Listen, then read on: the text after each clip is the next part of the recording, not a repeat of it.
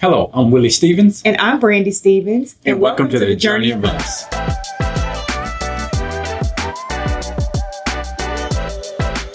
Welcome to the Journey of Us podcast, season 4, episode 3, where we will discuss jealousy, insecurities, and where do they come from? Okay. So, do you think that jealousy is natural or is it learned based on experiences? I think it's both. I think, when you have had certain experiences in your life, when another person starts to exhibit those type of decisions or traits, then you start to automatically assume maybe that they are doing something. And so now that's just what I'm jealous again. Yeah. And I do think it's natural also because we are a people that we see things in other people that we do not have. And so it's natural for us to feel as if we are inferior in some ways because we feel as if this person is better at something than we are. Mm-hmm. And so I can see it being natural from that perspective. Mm-hmm. But also, like I said earlier, it can be learned too because the person's experiences and they realizes that this previous relationship didn't work because this guy, he had a wandering eye or whatever. Yeah. And so I think, like I said, I think it's both. I think that as well. I think that it's natural because we're, naturally territorial beings. And even as a child, you don't like to share. Yeah. And so you have to be taught that, to be a good friend, you're supposed to share and things like that. So even I think as it relates to a relationship, it's a little bit of both. And I agree that based on your experiences, it can cause you to lean more towards jealousy based on what you're accustomed to experiencing. So do you think there's a difference between intuition and insecurity? I don't think intuition is real. You don't? I do not. Like the gut feeling or the drawing of, like people say, I had a gut feeling, or I should do this, or I should do that. You don't think that intuition is real? No, I have a gut feeling that the Cowboys are going to win every year. That ain't a gut feeling. I don't think intuition is real at all. I think it's wow. I think it's more so of a person feeling a certain way, because what happens is, what happened when that person has the gut feeling, yeah, but it turns out that that's not what happened. So you think that's insecurity? Yeah, it has to be insecurity. And it's based on, I think it's based on the person's previous experiences. So do you think it's only a gut feeling when it's right? And people can call it a true gut feeling or intuition when the outcome is what they thought it would be? I think people are going to say what they're going to say anyway. And I think, even if they're wrong, they're going to just, I guess, stop talking about it, but they're still going to say, okay, I had a gut feeling, and they can be wrong 20 times, but right one time. And then now that justifies them being able to say my gut feeling is right, because they'll forget the times when it wasn't right. And so it's just a guess. And so, no, I don't believe in gut feelings at all. I'm sorry. I don't believe in intuition, which is gut feelings to me. Okay. In an accident, want somebody to fight for you? Who will fight for you? Will, big truck insurance. Will, 18-wheeler accidents. Will, get what you deserve. Will, who will fight for you? Will, car accidents. Will, serious injury. Will, get what you deserve. Will, www.callwillywill.com. Where do you think personal insecurities in a relationship come from? Either previous relationships or people. Those people that are telling them what they should and shouldn't do in the relationship and telling them what to look out for. And I think that's generally where that type of stuff comes from, because a person is, a lot of times they're telling you things that they have no idea about. They're telling you things that their mama told them, and then their mama told them. Because in most cases, you're getting it from, the woman's side. But I guess I have experienced guys doing the same thing. Yeah. Telling other guys about, oh, if this is the type of woman you want, this is what you have to look out for and all that. And then they are single. Yeah. Those uncles, those perpetual uncles, and they're never, there's never an auntie as far as the one he's married to. Yeah. And so it's just people that do not know, that loves to talk. I think that's where you're getting that type of information from. Yeah. I think that personal insecurities come from, like you said, previous experiences. Mm-hmm. And I also think that it comes from just your own personal encounters. And it could be anything from being told that you're ugly growing up, your hair is too short, or you tar baby, whatever the case may be, whatever whatever somebody about me. No, I'm just saying whatever someone in your life has told you, that you believe the story that they've told you, and then those insecurities kind of show up, whether it's your looks, the way you show up, and the way that, or your abilities, believing what you can and can't do. Yeah. So I think that those personal insecurities come from those places. So let me ask you a question. How have your past shaped how you trust today? So I will say that my past has had a huge role in how I trust today. Specifically, I wasn't very I didn't have much trust for the opposite sex based on my experiences. But also in our past, you've taught me how to trust. And I think a lot of times I just had to do away with what I thought. And I just had to put my trust in you.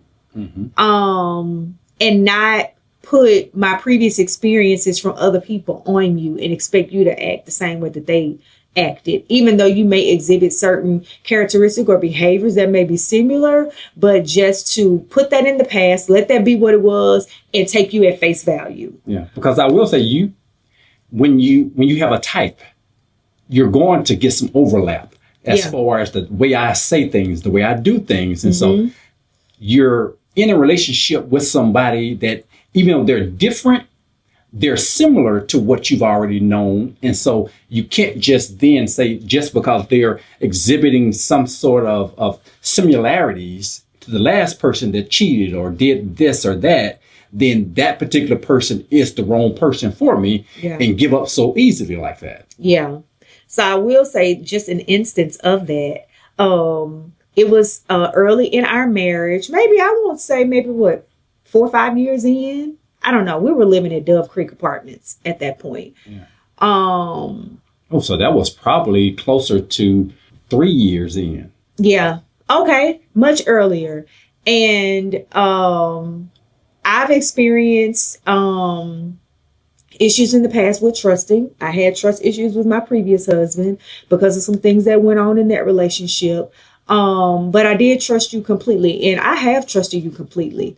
There was one night, and it's so weird. One night it was more of a townhouse apartment. So I was upstairs, sleep. And for whatever reason, somebody may say it was the Lord. I woke up with like stomach pains, and I had to get up and go to the restroom. And I noticed that you were not in the bed. And granted, y'all, it was over in the wee hours of the morning. I would say past like 12 or 1 o'clock. I don't know. Well, I had gone to sleep and woke up. Yeah. And I woke up in the middle of the night to find you on the phone. Mm-hmm. Who I was on the phone with? I asked you later. And at that point, it was your ex-girlfriend. Yeah. But remember, you trust me at that time, right? I did. Okay. I did. And in that moment, I was like, what in the world is going on? Why? First of all, it's over in the midnight hour. What are y'all doing? What do y'all got to talk about? And why does she have your phone number? I'm sorry, I didn't went there today.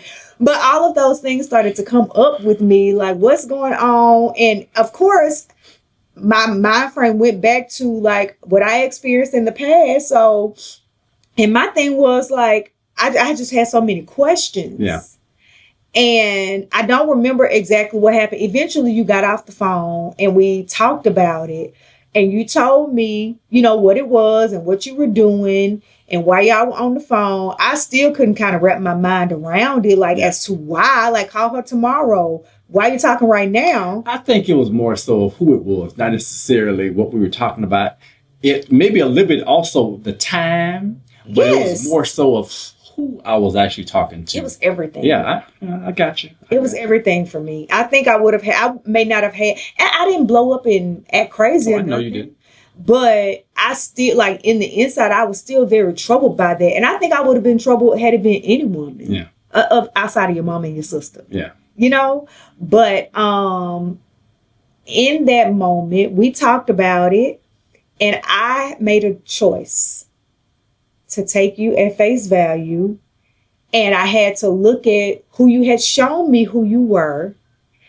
And I just went with that. You had never shown me anything previously to make me not trust you. So I took you at your word. Many people may have thought that, girl, you crazy. But I did. And that's why you don't tell many people your business. That's true. That's true. And I didn't tell. This is the first time I think I've ever talked about this outside of just the two of us. Yeah, I've never told anybody this. Yeah. Outside of us just kind of talking about it. But I did in that moment. I don't know if I brought it up again outside of, I didn't bring it up in an accusatory way. We may have just brought it up talking about it jokingly, but I let it go. And I trusted you, and I believed that you were telling me the truth. And I moved on. And that was hard for me based on my previous experiences with other men that had lied to me. Yeah. And pretty much, I would say, made a fool out of me. And I had to kind of fight against, is this happening again? Mm-hmm. But I had to kind of keep reminding myself of what you showed me you to be. So. Yeah. And I will say that, that was a difficult time, and I was having to learn being in a relationship is different from being single. Of course, you know that, but some things you can't do. Just like when you go to a corporate job, you can't, even though you're from the country, you can't call them honey. You can't call women honey. You can't do certain things, even though that's your norm. Yeah.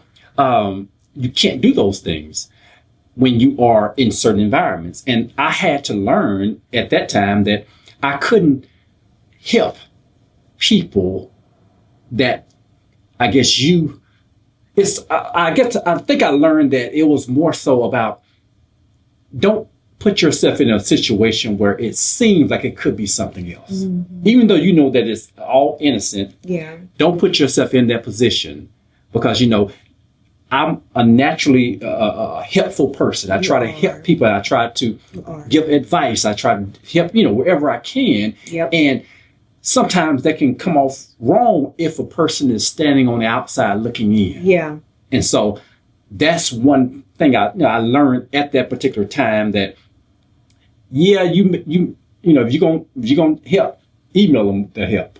Yeah. You can't talk to them on the phone. You can't do all this thing. Especially not in the middle of the night. And you can't talk to them in the middle of the night when they get off work because they need to talk. You can't do any of that. Yeah. You have to understand that you're married now. Yeah. You can't do things the way you used to do them, even though you know it's innocent. Yeah. Yeah. And I just had to trust that it was innocent. And so, yeah. So.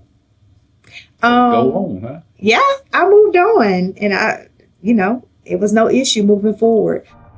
Hey y'all, it's Miss Brandy here, and we're so excited to announce our expansion, servicing Zachary, Baker, Southern, and all of our surrounding communities. We're continuing to bring healthy hair care, consistency, and that luxury hair salon experience that you've come to know and love, now even closer to you. Follow along with us as we bring it all together. We can't wait to partner with you on your healthy hair care journey. See you soon.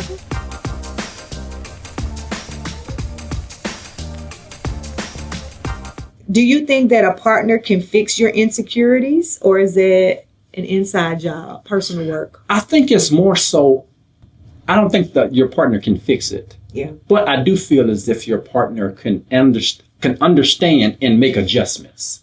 Because you're insecure a lot of times based on previous experiences. And so my goal is to not give you something to be insecure about moving forward. Yeah.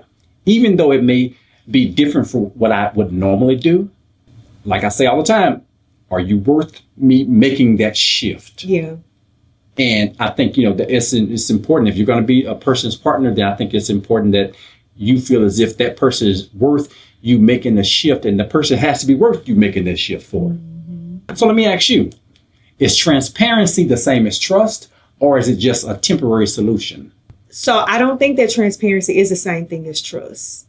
Because trust is, of course, I think it's given and it can be earned. But being transparent and being open is not the same thing. Yeah. Because if you tell them everything and you're open about everything, I guess, how do you build trust?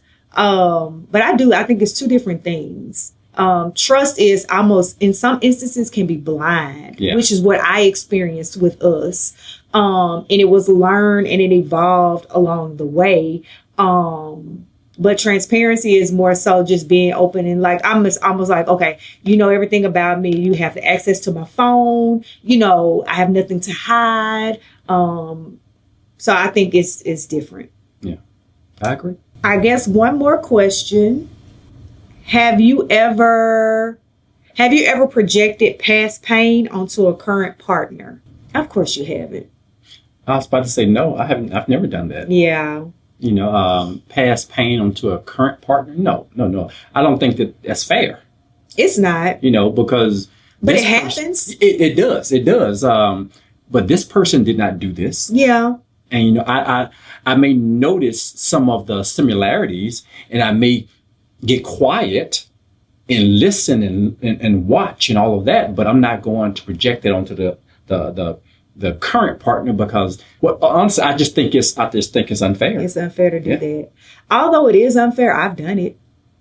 I've done it several times where I've thought that because the first one did it, the second one is going to do it, or the third one is going to do it.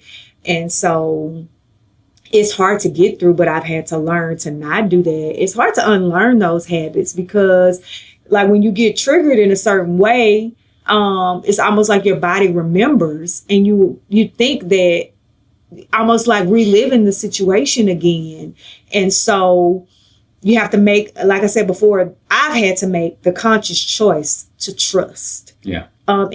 For me, what that looks like practically, because I'm a practical type of person, is like reminding myself, telling myself, even this repeating or talking to myself out loud, like, he is not that person. This is a new situation. What has he shown you? It's almost like reminders that I have to kind of talk myself off the ledge, because in the past, it's caused me to make poor decisions and act in a way that I didn't want to act. Like showing up as a lesser version of myself when I allow myself to be drawn back and pulled into a place where this is not even that person and he don't deserve to be treated in that way because he didn't do what the other person did. So that's where healing comes in, and you have to and I've had to forgive myself for making poor decisions. Yeah. And like I said, making a conscious choice that, no, this is a new person. Let me give him the benefit of the doubt. Let me trust not until.